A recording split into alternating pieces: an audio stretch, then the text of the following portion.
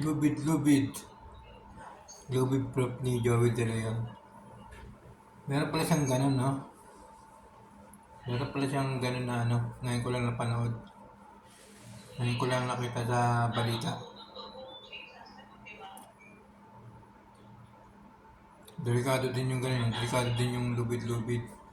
Na nakapag inano mo sa leeg. Nako. Diba? Kaya mas maganda yung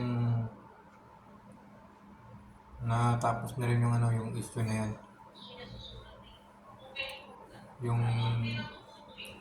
joke ni Joey De Leon. Lubid. Joke. Lubid-lubid. Kasi delikado yun eh, mga guys. Yung tatali yung leg sa leg mo, diba?